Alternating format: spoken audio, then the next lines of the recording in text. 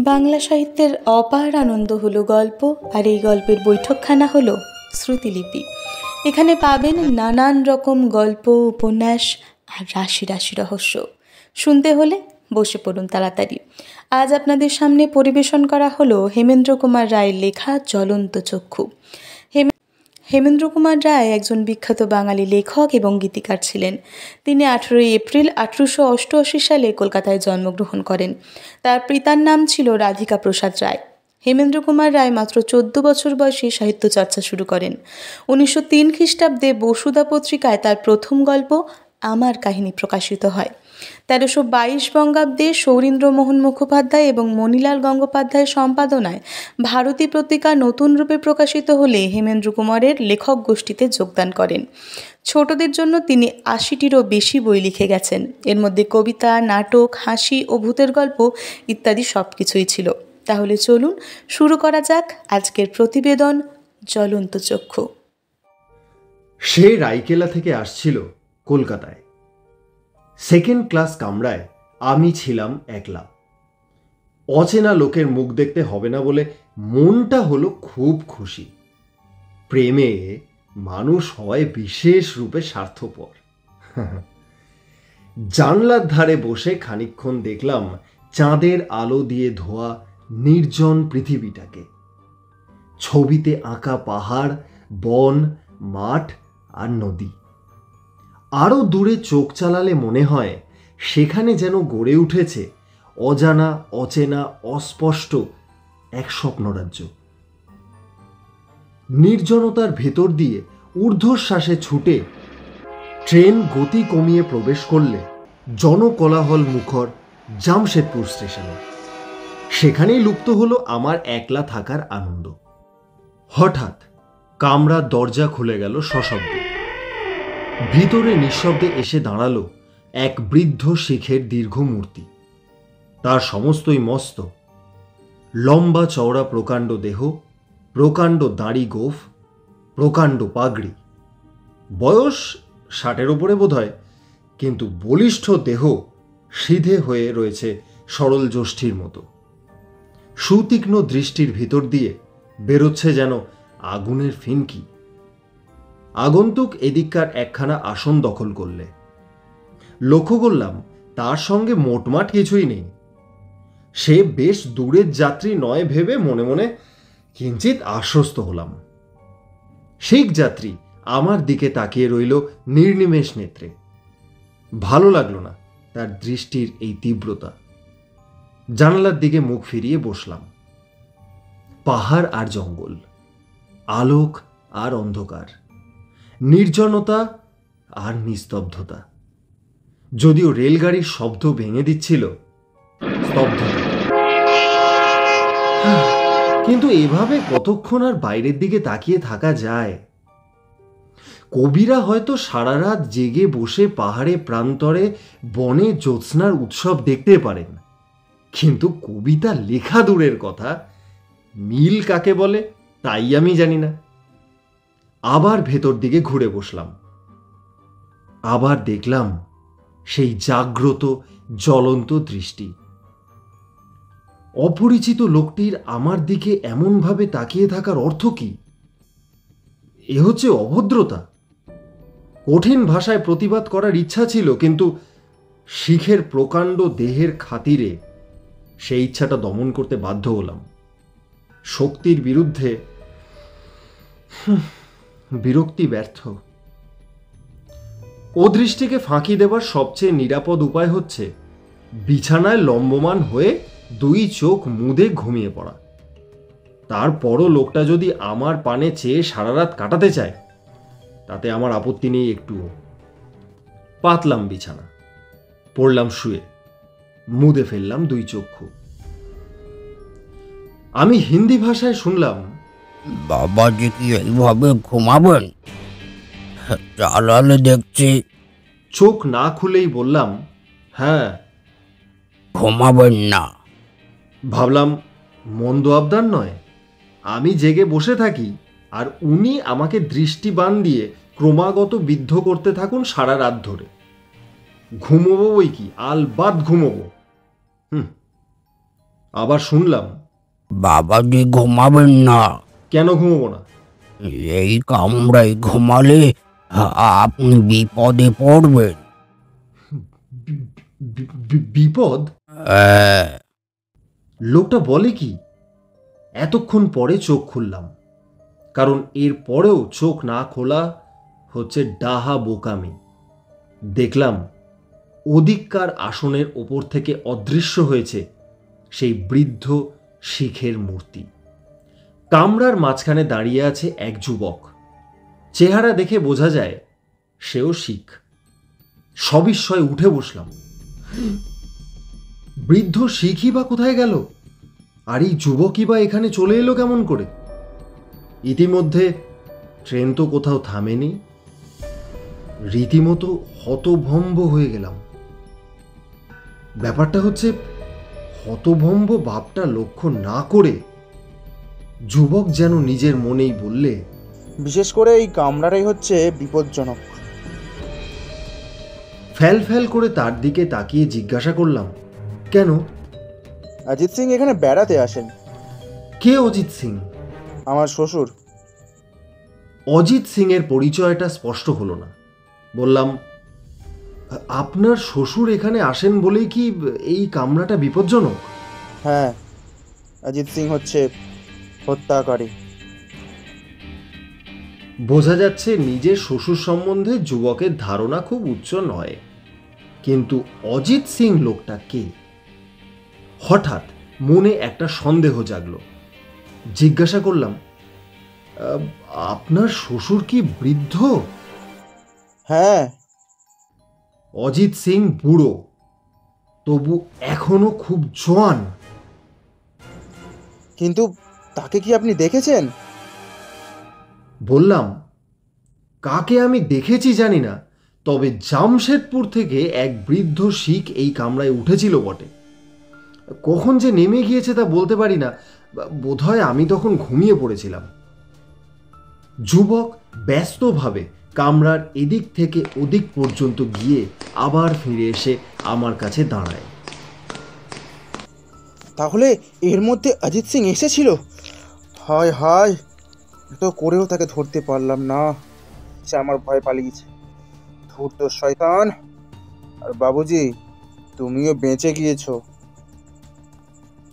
আমি এখানে না এলে সে তোমাকে খুন করত। মানে কি অপরাধে? অপরাধ কি আবার, বিনা অপরাধে। সে হচ্ছে হিংস্র পশুর মতো।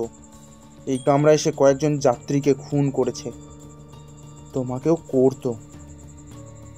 গা শিউরে উঠল। এ যা বলছে তা কি সত্য? বৃদ্ধ শিখের সেই অসহনীয় দীপ্ত চক্ষুর কথা মনে হলো। তার দৃষ্টিতে একটা হিংস্র বন্য ভাব দেখেছি বটে।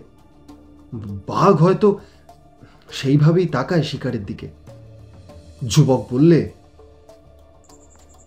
অজিত সিং তাই আমাকে খুন করেছে, আর সেই অপরাধে তার ফাঁসি হয়েছে।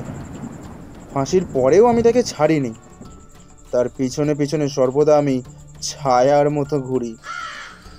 আর কতকাল এইভাবে যাবে জানি না, কিন্তু একদিন না একদিন তাকে করব। আর শোনো বাবুজি, সে আমাকে খুন করেছিল এই কামরার ভেতরেই। সাবধান, খুব সাবধান। এখন ওই কামরা এলে তার মাথায় খুনের নেশা জেগে ওঠে। ট্রেন একটা স্টেশনে এসে দাঁড়িয়েছে। যুবক হঠাৎ কামরার দরজা খুলে বাইরে বেরিয়ে গেল। যুবককে খুন করবার অপরাধী অজিত সিং এর ফাঁসি হয়েছে, এবং তারপরেও ট্রেনে চড়ে ভ্রমণ করছে তারা দুজনে। চমৎকার গল্প। কোনো গাঁজাখুরি উপন্যাসের লেখকও এমন উদ্ভট কল্পনা মাথায় আনতে পারেনি। ট্রেন ছুটছে। খানিকক্ষণ বাইরের দিকে তাকিয়ে উন্মত্ত যুবকের কথা ভাবতে লাগলাম।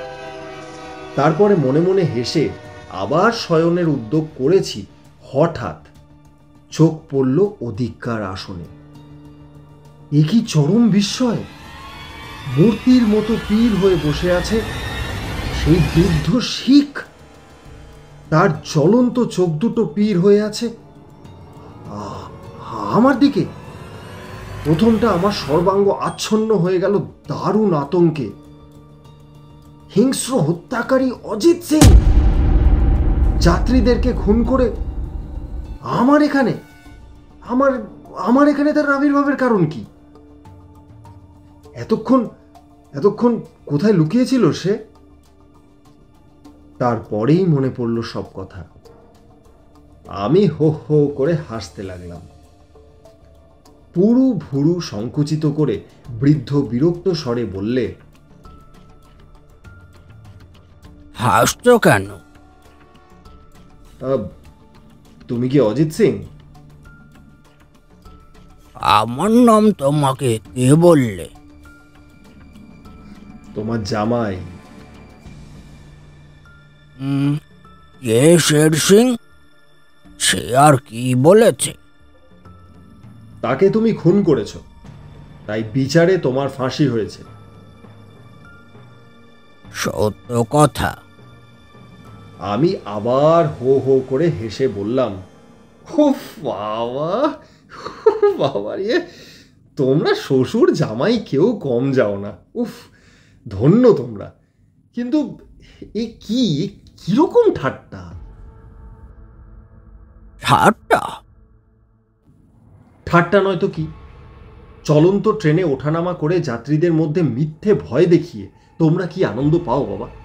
জেনে রাখো, এত সহজে ভয় পাবো না। অজিত সিংয়ের চোখ দুটো আরো তীব্র হয়ে উঠল, কিন্তু মুখে সে কিছুই বলল না। নিহত শের সিং, ফাঁসি কাঠে মৃত অজিত সিং দুজনেই জীবন্ত। দুজনেই হয়তো বিনা টিকিটেই রেল পাকে ভ্রমণ করছে আর খোশ মেজাজে করছে যাত্রীদের পিলে চমকে দেবার চেষ্টা।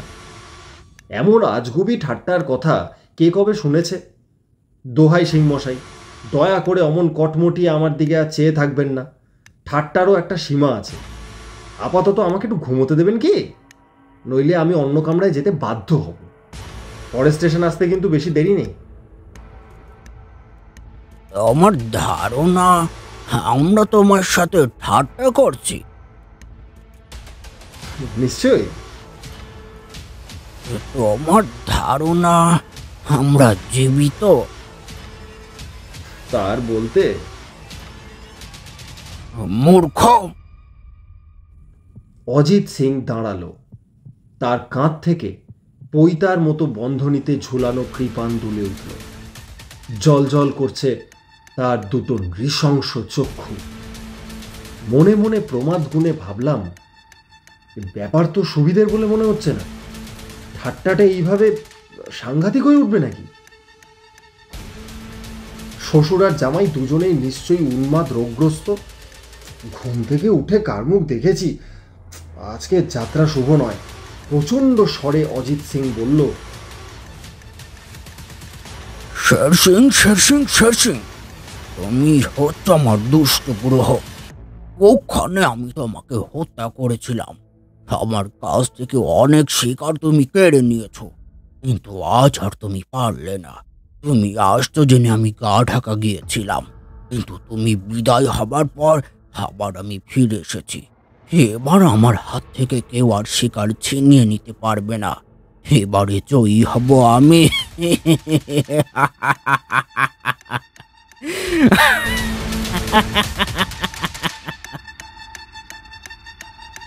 কি ভীষণ সেই অট্টহাস্য! ফেটে গেল যেন আমার কান। কাঁপতে কাঁপতে আমি উঠে দাঁড়ালাম। আচম্বিতে নিভে গেল কামরার আলো। বিস্ফারিত চোখের সামনে দেখলাম নীল বর্ণ অগ্নিতে ভরা দুটো নিষ্ঠুর, ক্রুদ্ধ ও বুভুক্ষু দৃষ্টি ধীরে ধীরে এগিয়ে আসছে আমার দিকে। পায়ে পায়ে পিছোতে পিছোতে কামরার এক প্রান্তে গিয়ে দাঁড়ালাম। সেই অপার্থিব ভয়ঙ্কর চোখ দুটো তখন যেন দাউ দাউ করে জ্বলছে। দৈব গতিকে হাত লেগে গেল বৈদ্যুতিক বাতির চাবিতে।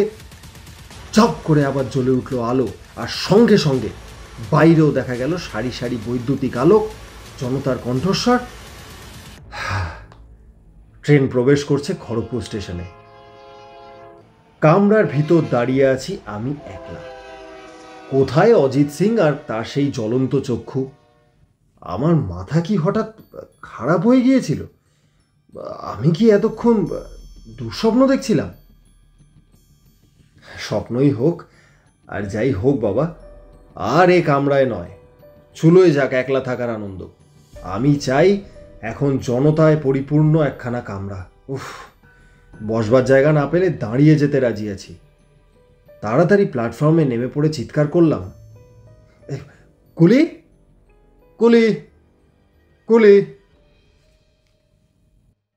আজকে আপনারা শুনলেন হেমেন্দ্র কুমার রায়ের লেখা জ্বলন্ত চক্ষু। গল্পের সূত্রধর আমি শম্পা, গল্প পাঠে প্রদীপ্ত, অন্যান্য চরিত্রে সুব্রত, রূপম, গল্পের চরিত্র চিত্রণে Debtoshi, poster design Shibas, video editing Soumita ও মানুষ, সমগ্র পরিচালনা সৌমিতা। আবার দেখা হচ্ছে আগামী সপ্তাহে ঠিক শুক্রবার রাত 8টায়। তাই লাইক, শেয়ার, সাবস্ক্রাইব করতে ভুলবেন না যেন।